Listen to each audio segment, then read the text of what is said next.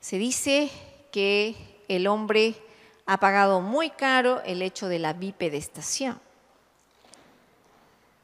Y lo ha pagado muy caro con el problema de la columna. Y creo que hasta ahora lo seguimos sufriendo y lo seguiremos sufriendo. Ya en la etapa precerámica, y esto es un trabajo que se presentó para el PANLAR en el año 2007, si mal no recuerdo, donde hicimos una búsqueda y un buceo bastante interesante y realmente muy bonito, en antropología de nuestra Universidad de San Marcos, en la ciudad universitaria. Y pudimos encontrar algunas referencias sobre este tipo de la presencia de osteoartrosis en la descripción de los elementos óseos que se encontraron. Y esto partió por la iniciativa de un interno que ya hace muchísimos años alguna vez nos trajo una vértebra que había encontrado en la Huaca de Lima, o sea, en la Huaca que da hacia la Universidad Católica. Y entonces a mí me pareció, yo le dije, ¿y dónde encontró estas vértebras? Y me dijo que caminando había encontrado por ahí. Tenía su afición de antropólogo y creo que los médicos tenemos también un poco de esa afición. Y luego trajo otras más y la primera que me mostró me dio la impresión de que era una tuberculosis por el daño que tenía y las otras sí tenían un problema de osteoartrosis. Y eso fue verificado por la doctora Ladis del Pino porque le tomaron radiografías a esas vértebras y luego también, luego de ahí empezaron ya otros colegas a tomar radiografías a algunas momias. Y es por eso que nos interesó un poquito saber, ¿no?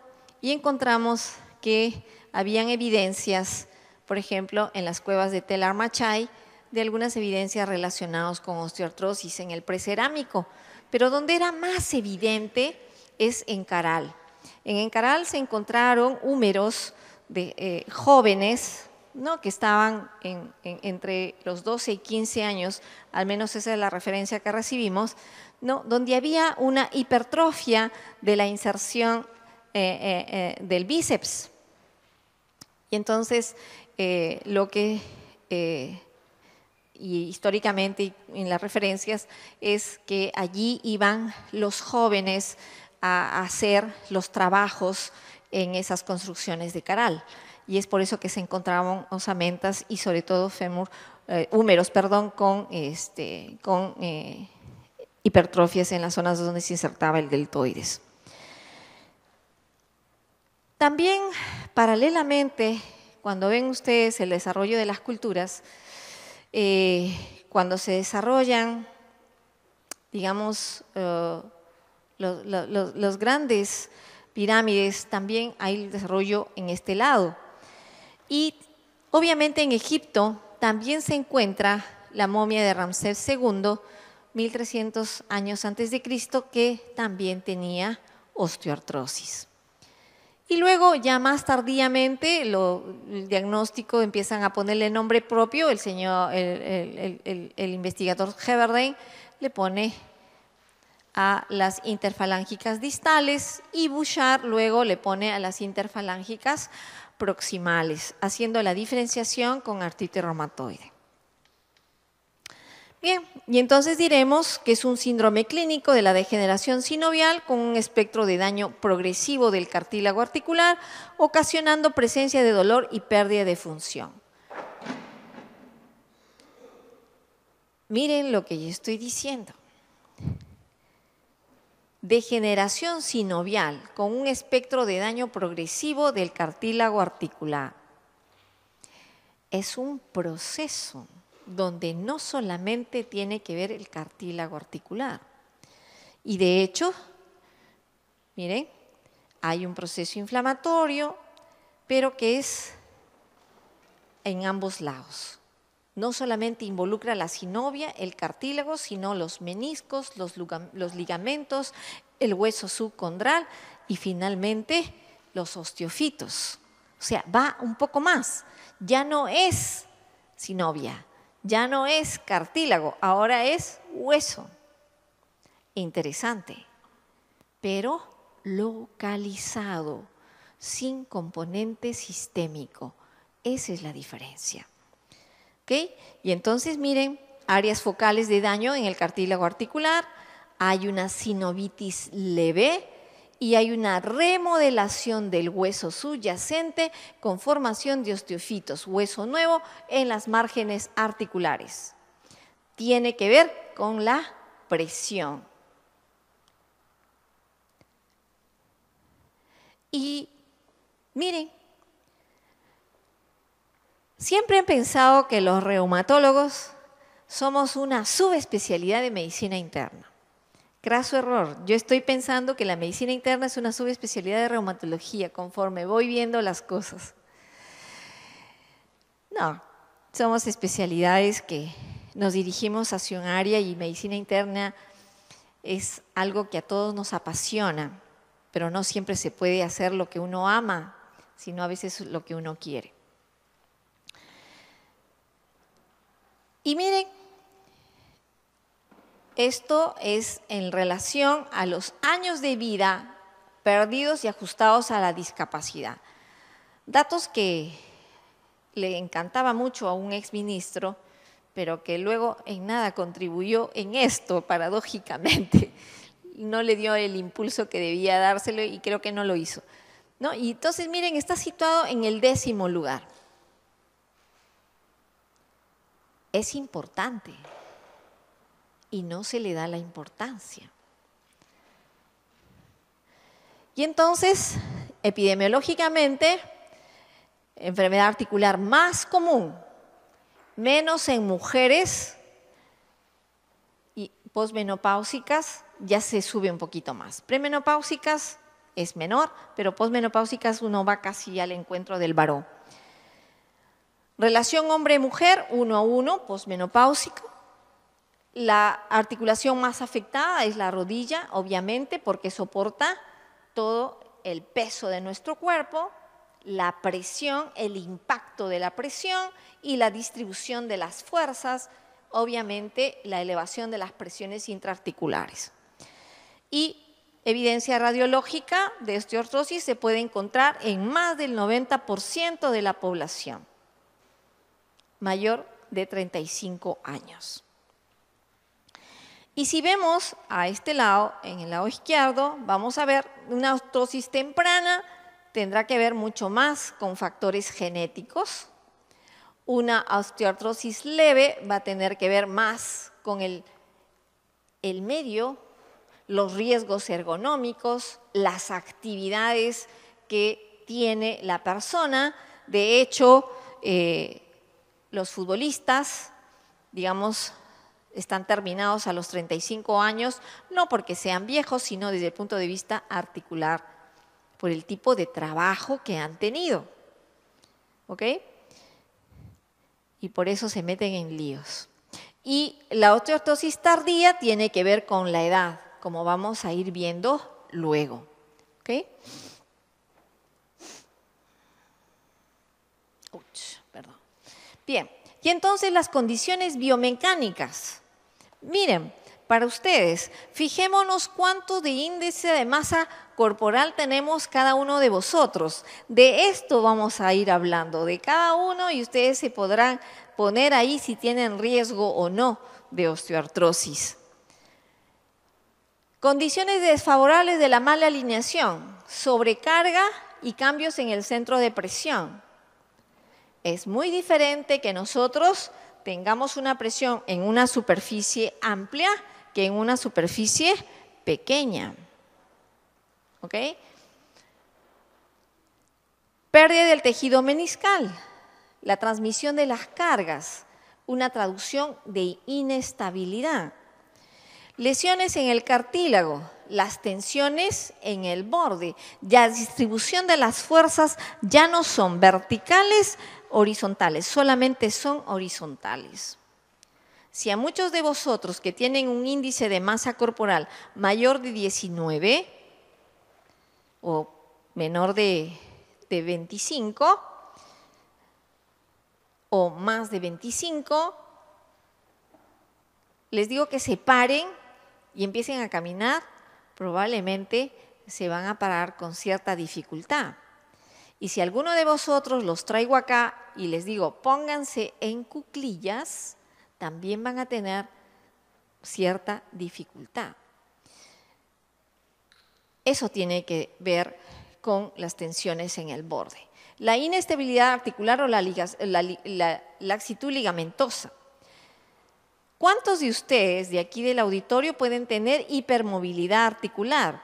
¿O cuántos de vosotros que, para saber que tienen hipermovilidad articular, eran de los que se escondían en una cajita o en el huequito más pequeñito cuando eran niñitos y ganaban las escondidas?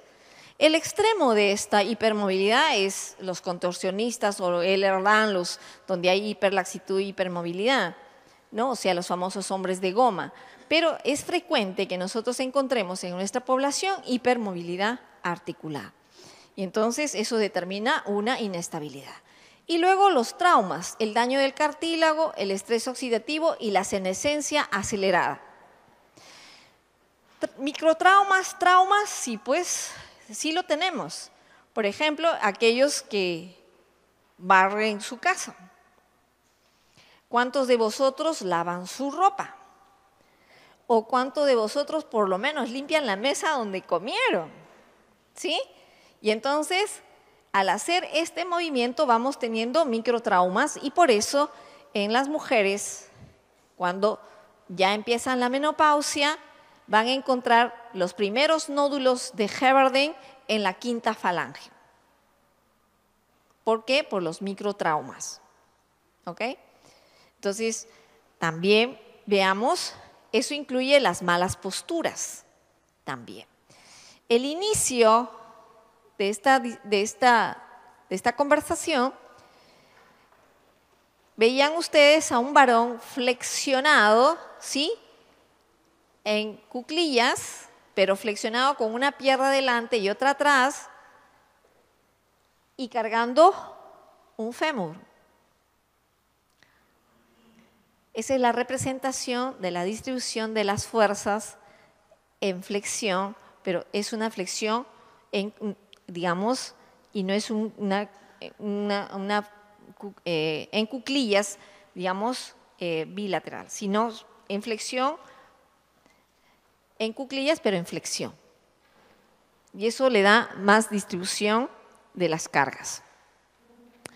Y entonces tenemos, para la presencia de una osteoartrosis local, ¿qué tenemos? La edad, el género, la genética y otros factores de estilos de vida. Como ustedes han visto en la parte epidemiológica, pueden tener diferente valor de acuerdo a si es una osteoartrosis leve, tardía. Y obviamente sobre esto los efectos biomecánicos, donde tiene que ver mucho la obesidad, la mala alineación, ¿ok? Y este es un conjunto de procesos donde se ve las propiedades del cartílago, la membrana sinovial, asociado a los problemas biomecánicos. ¿Y tenemos factores de riesgos? Por supuesto que sí. Factores sistémicos, la composición corporal, la disregulación lipídica, el género femenino y los cambios vasculares. Y en el factor biomecánico, momento anormal de los aductores. O sea, cómo nosotros hacemos la flexión, cómo hacemos los movimientos de extensión o de abducción o aducción. Entonces, o cómo levantamos las cargas. Por eso hablamos de momento anormal. Desalineamiento severo, disregulación mecanorregulador. Sí, hay un sistema mecanorregulador en el condrocito y la reducción de la actividad. Y obviamente de la mano de los estilos de vida sedentarias. Y entonces el genético no está claramente establecido, pero sí se han visto en grupos de osteoartrosis de cadera que están relacionados a determinados genes, ¿no? En la conformación de los colágenos. Tiene que haber una conformación anormal del colágeno. También tenemos en los grupos de osteoartrosis de mano y rodilla que hay un gen que es común a nivel hereditario, y la lista de genes asociados a osteoporosis, los mismos que osteoartrosis, ¿no? Y los diferentes genes asociados a los osteofitos o a la disminución del espacio articular. Y de hecho hay historia familiar, hay grupos de familia, hay estudios en gemelos y hay exploración en desórdenes genéticos relacionados como la condrodisplasia. Entonces, si todavía no se ha logrado completar los estudios, pero sí hay una relación genética. La edad, más del 80% de la población mayor de 70 años tiene osteoartrosis. El estudio importante epidemiológico y de mucho valor es el estudio de Framingham, por tener muchos años y por tener también una evaluación prospectiva, pero además por tener una gran cantidad de pacientes incorporados. Y entonces ahí vemos que hay una prevalencia del 30% en el grupo de 65 a 74 años. También tenemos otras evaluaciones donde hay incremento de osteoartrosis de rodilla, fueron un poco menos del 1% entre 25 y 34 años, 10 a 20%, 65 a 74 años, lo cual nos dice que esto se va incrementando con la edad, ciertamente, pero también tiene que ver con los estilos de vida y las actividades que desarrollan las personas. Y en la cohorte de Michigan, las mujeres negras tenían más osteoartrosis que las blancas, ¿ok? El femenino mayor que el masculino en mayores de 50 años. ¿Se acuerdan ustedes que les decía que esta curva se aplanaba prácticamente entre hombres y mujeres después de la menopausia? La población de negros, la osteoartrosis de cadera tenían mucho más presencia en las mujeres chinas que en las americanas, ¿ya? Y también la osteoartrosis de rodilla. Tiene menor variación geográfica que la mano y la cadera. Eso está en relación a la actividad que realizan o a las actividades que realizan en los diferentes países. Otro aporte más del estudio de Framingham fue el hecho de la obesidad como factor de riesgo. ¿No? Acá prefiere buscar al control remoto que a la esposa, obviamente, ¿no? Y tenemos un índice de masa corporal mayor de 25, va a dar un riesgo relativo en varones de 1.5 y en mujeres de 2.1. Lo mismo pasa en la osteoartrosis severa de rodilla, es mucho más en mujeres que en varones. Pero hay una cosa importante, si nosotros eliminamos la obesidad, esto va a disminuir la incidencia de osteoartrosis.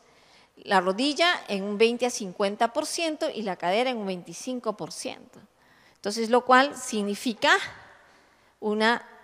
disminuir los costos para aquel que lo tiene, porque los costos son altos. Entonces, podemos controlar esto. Obviamente, en la edad, la injuria mecánica y los factores hereditarios van a marcar el inicio de una osteoartrosis temprana.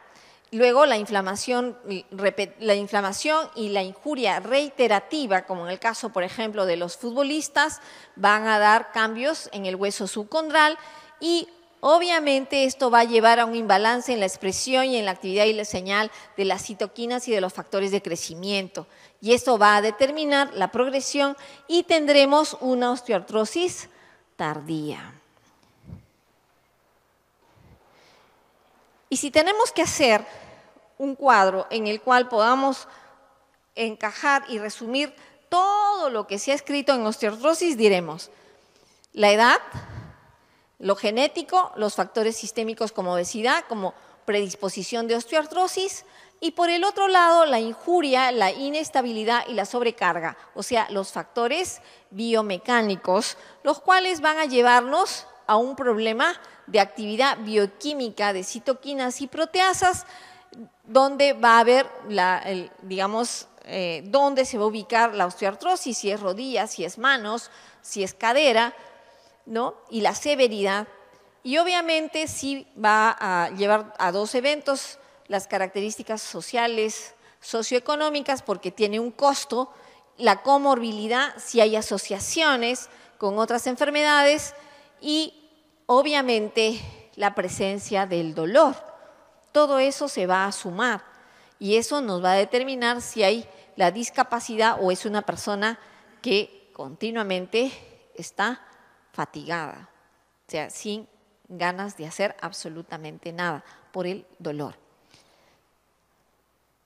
Y entonces entramos a qué se debe todo esto, qué es lo que pasa, por qué una cosa que se supone que era degenerativa va a causar no solamente dolor, sino discapacidad y va a causar fatiga. Obviamente, si nosotros vemos acá, ¿okay? La espongiosina que está relacionado con estos cambios, vamos a ver de que no solamente hay en relación a mediadores inflamatorios, como el caso de la interleuquina 1, el incremento de enzimas degradativas que van a incrementar el proceso inflamatorio, sino que también hay la formación de factores de crecimiento locales, como los factores transformantes, y obviamente van a tener que ver también con angiogénesis. La diferencia es que es localizada. Asimismo, habrá resorción ósea, por eso hay erosiones, hay quistes, y esto no empieza en el cartílago. Los dolores de rodilla, que a veces lo mencionan y tomamos la radiografía y no hay nada, resulta que termina siendo un edema óseo, que termina en un microinfarto y de allí son las formaciones quísticas. ¿Ok? Y entonces hay una disfunción del cartílago articular con función de los condrocitos en enzimas de degradación, los inhibidores y las funciones de degeneración y regeneración son equilibradas. Y hay una apoptosis mediada por la vía de las caspasas a nivel mitocondrial. Sí, hay señales de crecimiento, hay liberación de factores de crecimiento en la matriz, pero por influencia extracelular y alteración por estimulación mecánica. Obviamente, esto va a hacer que el condrocito sea senescente tempranamente. ¿Y qué características? Va a expresar estas proteínas de degradación y la senescencia asociada a la beta-galactosidasa.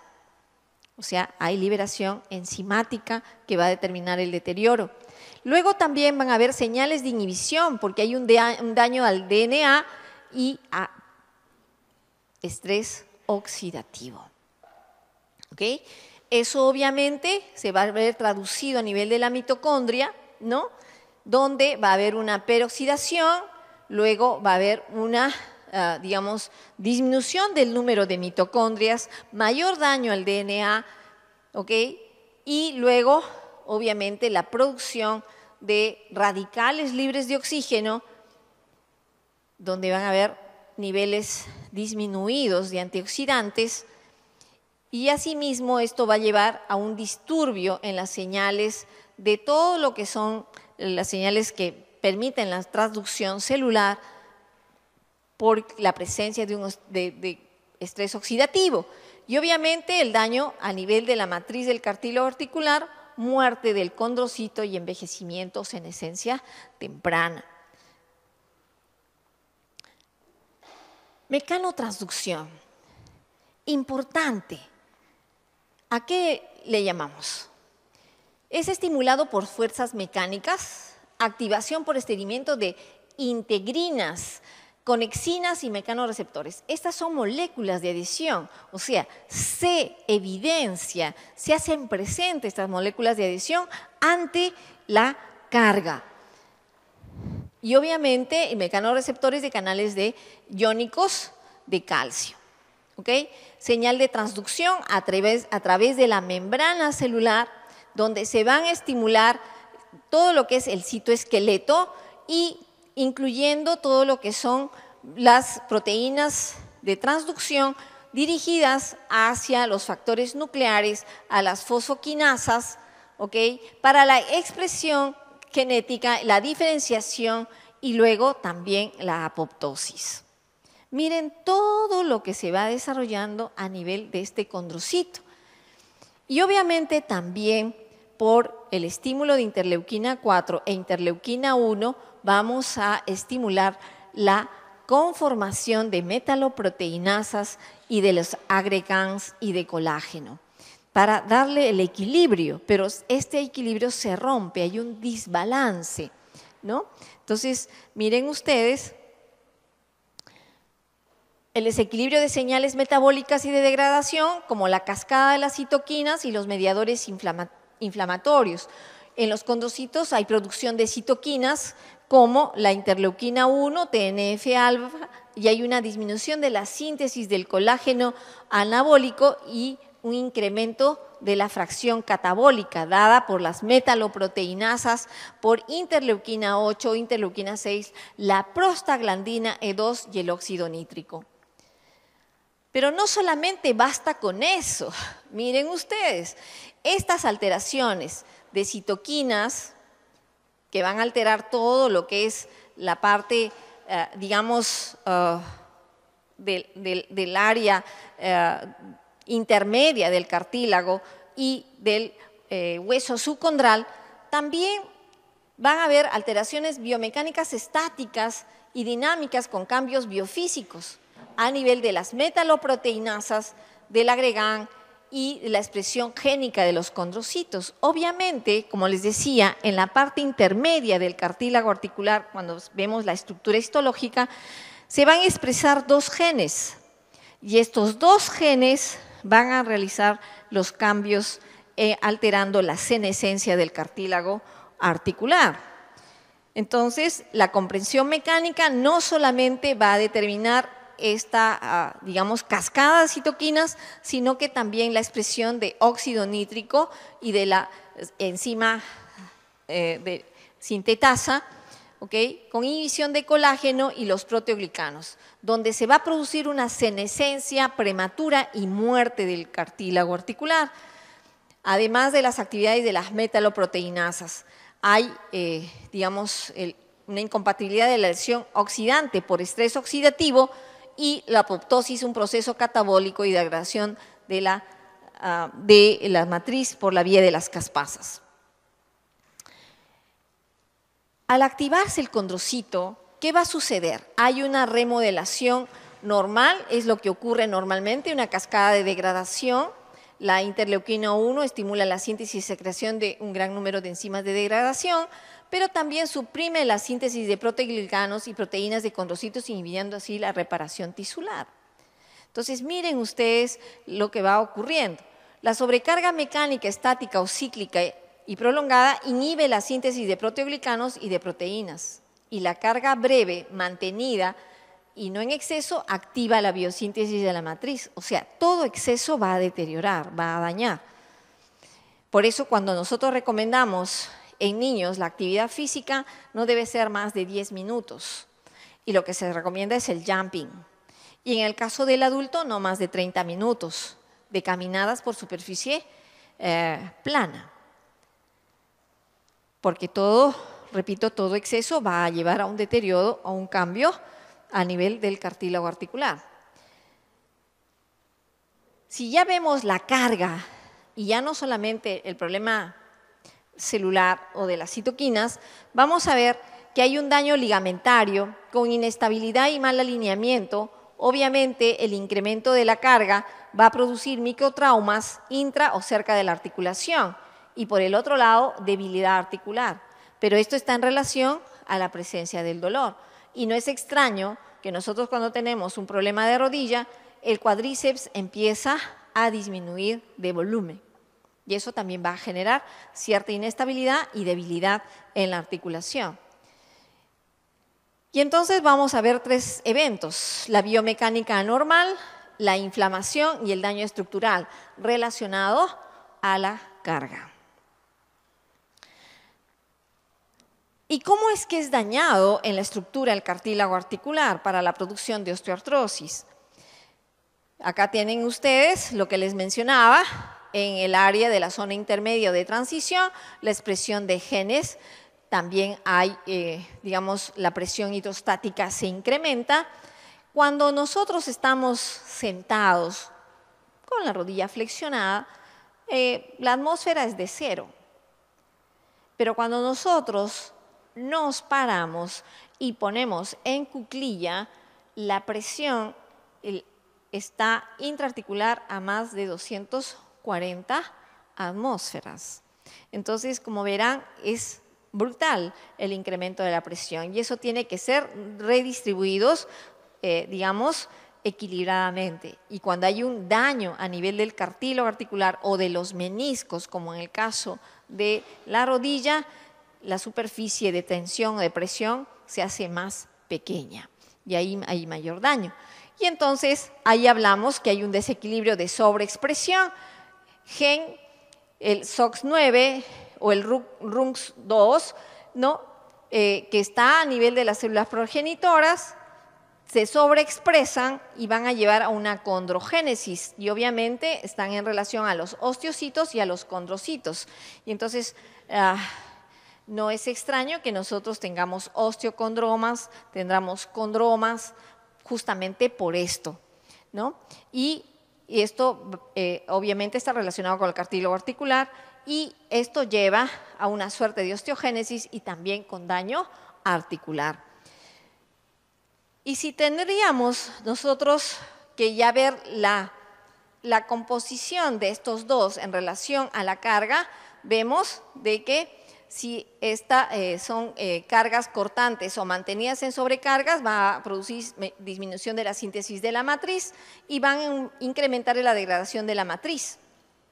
Por el otro lado tenemos la consecución o la estimulación para la producción de metaloproteinasas que va a contribuir a la degradación de la matriz y obviamente tanto la disminución de la síntesis como la degradación va a llevar al daño del cartílago articular y obviamente a través de las metaloproteinasas se va a contribuir también con la degradación de los proteoglicanos, de los colágenos y de los agreganos. El elemento perpetuador de este proceso: citoquinas, destrucción celular, los fosfolípidos de membrana, el ácido araquidónico y miren ustedes, en el ácido araquidónico conocíamos el COX-1, COX-2 y ahora hay una COX-3, que no viene a ser más que la variante de una COX-1, pero que es inducida. ¿Ok? Y entonces vamos, ¿es solo cartílago? ¿Es solo cargas? No, la membrana sinovial participa. ¿Y cómo?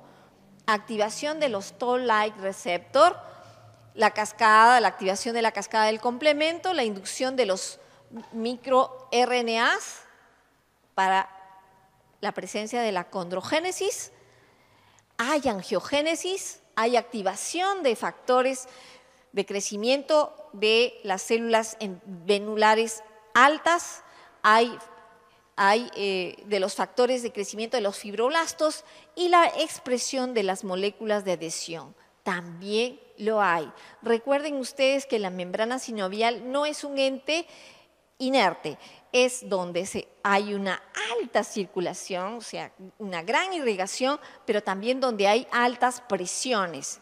De allí es el producto, el líquido sinovial. Y entonces nosotros tenemos una escala de Kelvin y Lawrence, sí, la escala radiológica para medir el daño. Y obviamente unido estas dos, o sea, la sinovitis con presencia de angiogénesis frente a una escala de Kelvin, lo que nos va a dar es la gravedad de la osteoartrosis. Pero no basta con eso. Tenemos a los microRNAs. ¿Tiene que ver? Sí. Fundamental.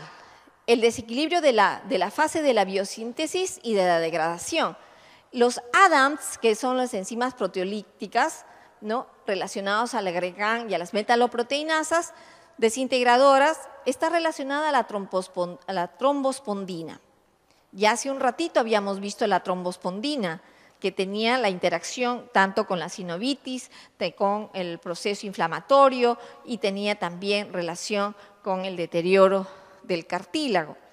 Y entonces este microRNA es requerido para la homeostasia del cartílago, disminuye en condrocitos con osteoartrosis y disminuye en el líquido sinovial de los pacientes con osteoartrosis.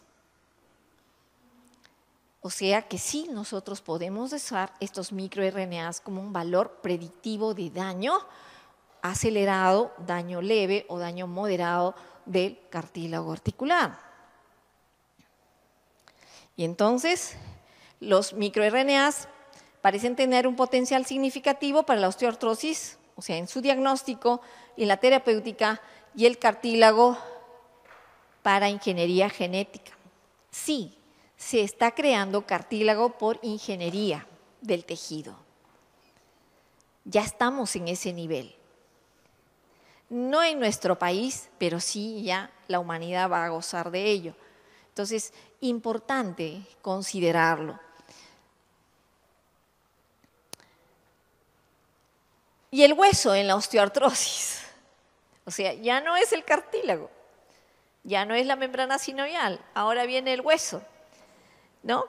Incremento de la fuerza ósea en la injuria, disminución de la elasticidad del cartílago y hay microfracturas óseas, incremento del recambio óseo. Las unidades de remodelación están incrementadas. Y en la reparación hay un incremento de la actividad osteoblástica, incremento de la actividad osteoclástica, paradójicamente, porque hay estímulo de factores de crecimiento, incremento de las proteínas de ligazón y formación de osteofitos. Si no, no se podría entender la presencia de osteofitos. Pero tampoco se podría entender la presencia de los quistes y de las erosiones. Por eso le digo que hay una respuesta paradojal. No es como en la osteoporosis. Acá se incrementan tanto los osteoclastos como los osteoblastos en el sentido de la reparación, pero hay una respuesta paradojal, ¿no? Y la esclerosis subcondral, la presencia de osteocitos como una manera de reparación, pero debo señalar, es localizado. Y entonces, ¿cómo vemos nosotros una osteoartrosis primaria de una secundaria?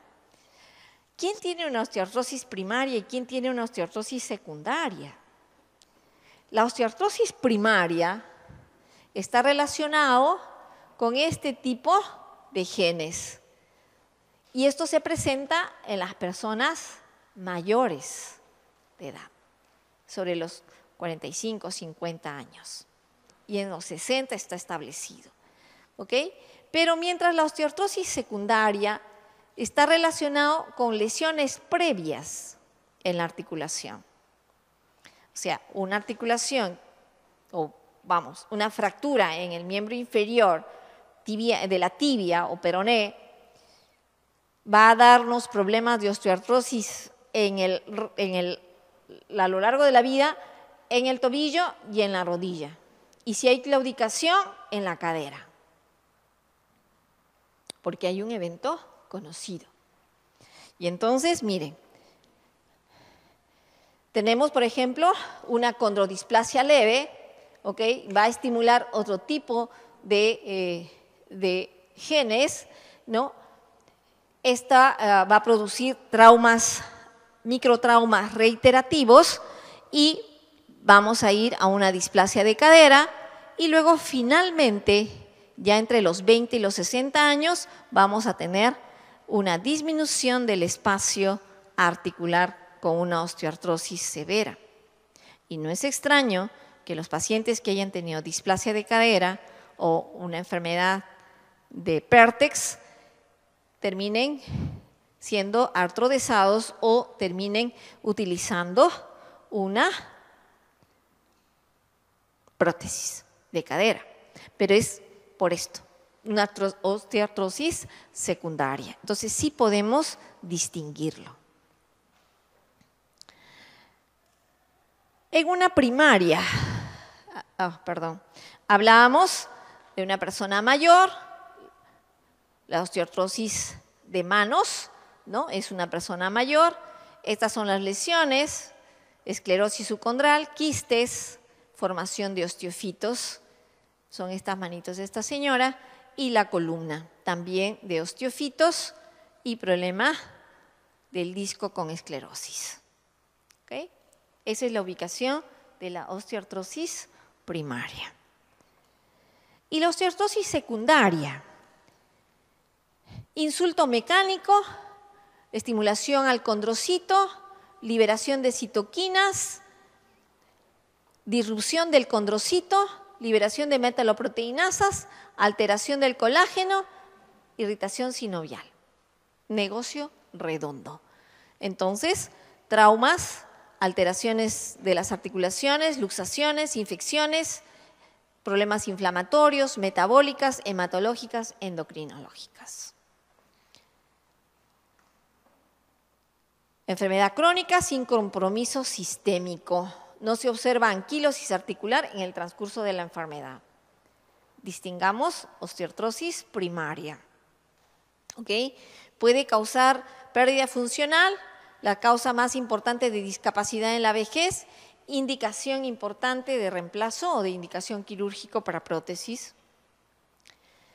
Y entonces tenemos al dolor por una sinovitis, cambio en el cartílago articular, incremento de presión intraóseo, es de esas famosas dolores de rodilla que vienen y nosotros tomamos la placa, no hay nada, pero existe incremento de la presión intraósea, éstasis en el flujo medular, el cuádriceps, predictor de dolor, 30 meses antes de la aparición de la evidencia radiológica. El cuerpo avisa, pero nosotros no le hacemos caso. El médico tampoco le hace caso. Cambio de hueso subcondral, incremento en el remodelamiento, la acumulación de microfracturas, esclerosis, osteonecrosis, secuestro o masoclusión de arteria, como el caso intramedular, formación de quistes óseos y osteofitos. Inflamación leve, sí.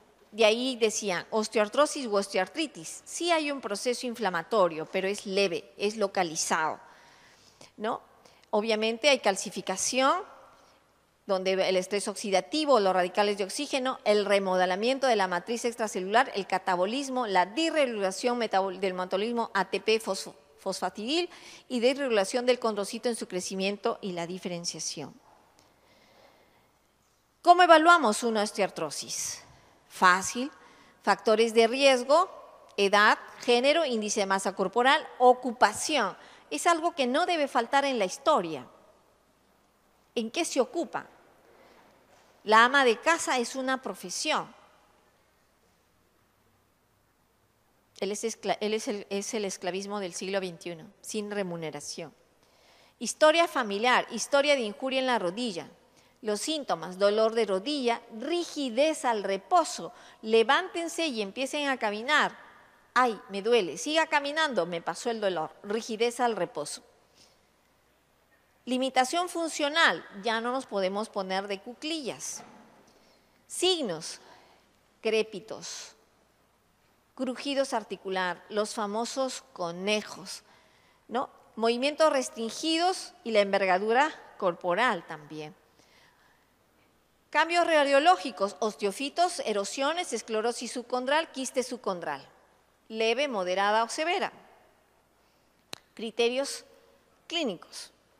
Dolor articular, en las últimas 4 semanas, crujido articular, rigidez al reposo. Esta es una de esas rodillas que están en Genuvaru. La rodilla derecha es la más comprometida, inclusive con bursitis infrapatelar. Criterios radiológicos, disminución del espacio, esclerosis, presencia de osteofitos, que acá no lo veo muy bien, pero estaban aquí, y los quistes o geodas, que podemos verlo por acá. No existe un test patognomónico en laboratorio relacionado a la osteoartrosis, excepto algo que vimos, que nos iba a servir para el laboratorio. ¿Cuál fue? ¿Se acuerdan?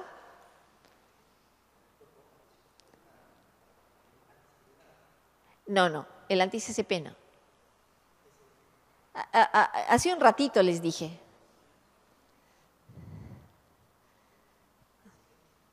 Queda como tarea. Eso les digo a mis alumnos. El análisis de laboratorio se realiza para el diagnóstico diferencial.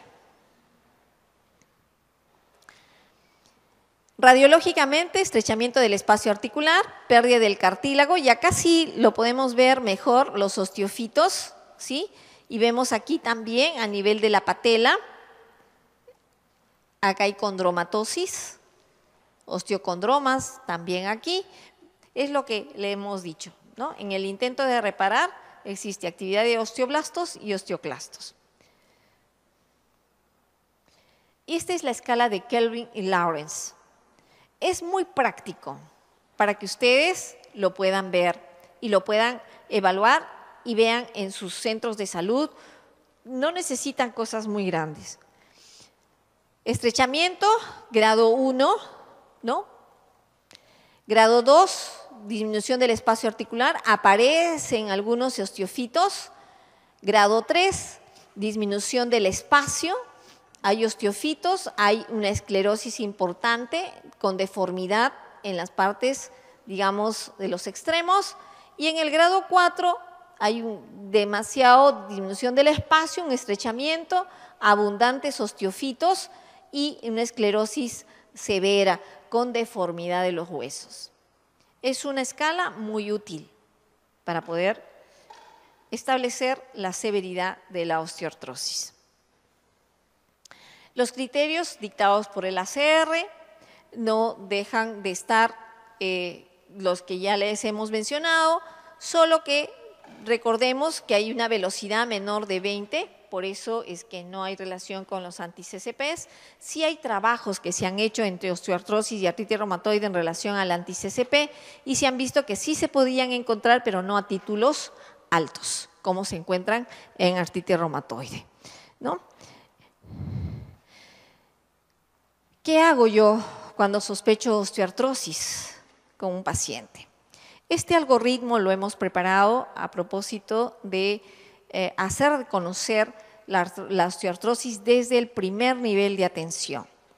No es la atención primaria de salud es todos los niveles, sino el primer nivel, porque es ahí donde llega la mamá, llega el hijito para modificar algunas posturas o ya llegan los señores con lesiones establecidas. No llegan tanto al hospital como el Hospital Loaiza, sino están en la periferia o están en provincias. Y entonces ahí, esa era nuestra meta y por eso es que construimos este algoritmo. ¿Qué hacemos con el paciente adulto con sospecha de osteoartrosis? La historia clínica, investigar los factores de riesgo, investigar los criterios diagnósticos ACR para osteoartrosis y luego investigar que no estén relacionados a otro tipo de trastornos, un reumatismo extraarticular, hipermovilidad articular, trastorno del metabolismo óseo, condrocalcinosis, artropatía inflamatoria o enfermedad neuropática. Si es que no lo tenemos, vamos a los criterios a los factores de riesgos, modificables, no modificables. Si tenemos síntomas y signos de osteoartrosis, solicitamos la radiografía comparativa de ser necesario, aplicamos la escala de Kelvin y Lawrence y luego vamos a ver la capacidad funcional y si vemos que hay un aumento de volumen, el estudio de líquido sinovial es mandatorio. ¿Y el tratamiento? El tratamiento también en algoritmo. Lo clasificamos según la funcionalidad, ¿no? Para instaurar el tratamiento y podemos instaurar el tratamiento farmacológico, el tratamiento no farmacológico y el tratamiento quirúrgico. El tratamiento no farmacológico, grado funcional 1 y 2, educación, ejercicios, bajar de peso. Recuerden ustedes que controlando la obesidad controlamos casi del 25 al 50%, ¿no? ultrasonido, etcétera, láser, o sea, medicina física y de rehabilitación de calor local para disminuir la rigidez. Y si estamos en un ambiente tropical, definitivamente le decimos, ¿sabe qué? Métase a la piscina. 10 minutos de estar sumergido y hacer ejercicios en la piscina va a restaurar su función, se va a sentir más relajado.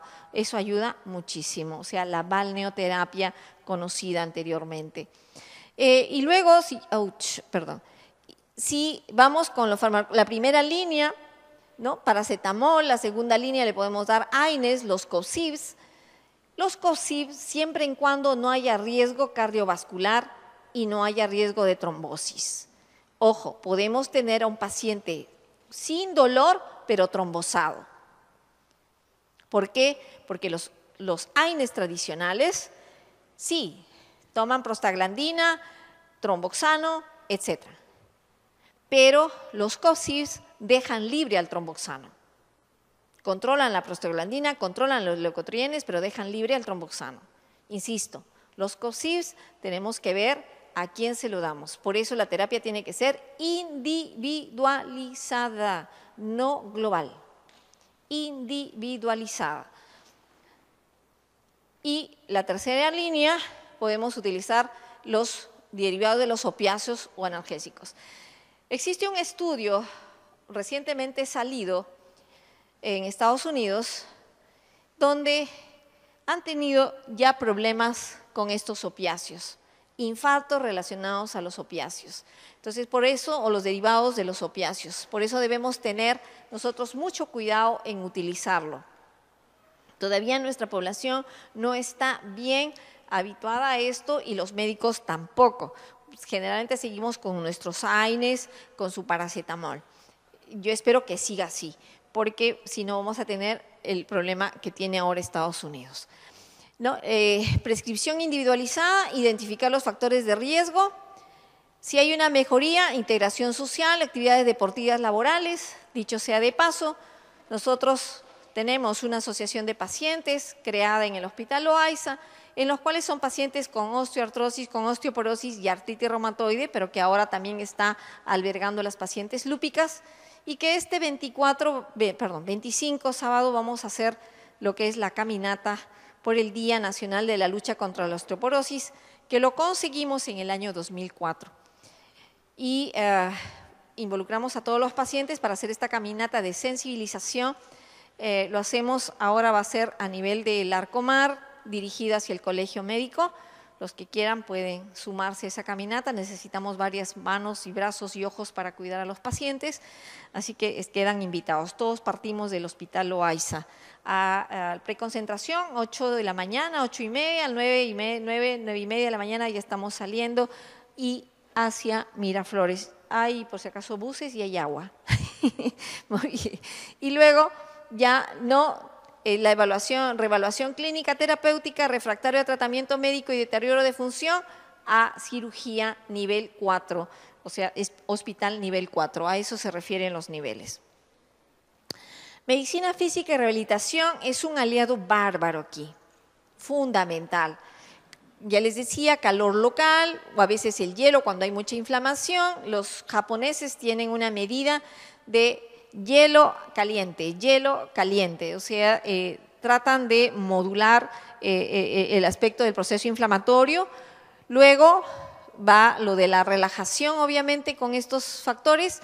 Luego va lo de la fuerza muscular y finalmente la resistencia muscular. Pero también podemos utilizar ortesis, como en este caso hay una risartrosis muy dolorosa en pacientes con osteoartrosis de mano, de la primera metacarpofalángica, y obviamente hay que darles ortesis, o sea, inmovilizadores para que no tengan ese tipo de dolor. Bien, para los que son de… A ver, ¿quiénes son de Yauyos? ¿Algunos de acá de Yauyos? No, pero Yauyos está cerquita. Yo no soy de Yauyos, pero tiene cosas maravillosas, ¿no? Como esto. Nadie podría decir que está en Yauyos, y es de Yauyos. Así que los invito a que vayan a descubrir estas maravillas que tenemos. Nuestro Perú es lindo, es hermoso. Tenemos todas las cosas en alimentos, no nos podemos quejar. Creo que es el paraíso, pero no lo sabemos cuidar. Y tenemos una gente maravillosa, somos pacíficos y nos están enseñando la violencia. Y ustedes, que son una generación que no ha vivido lo que ha vivido mi generación, yo soy una generación sándwich, porque vengo de la parte donde estaban quemando las papas del terrorismo y estábamos en el hospital haciendo las guardias. Pero eso no nos ha limitado para seguir haciendo las cosas bien hechas y para reconocer que en cada uno de vosotros está lo mejor de la juventud. Y tengo la suerte de vivir en un país hermoso. Creo que es un paraíso nuestro Perú, solo que tenemos que cuidarlo. Primero el Perú y después el resto. Muchísimas gracias.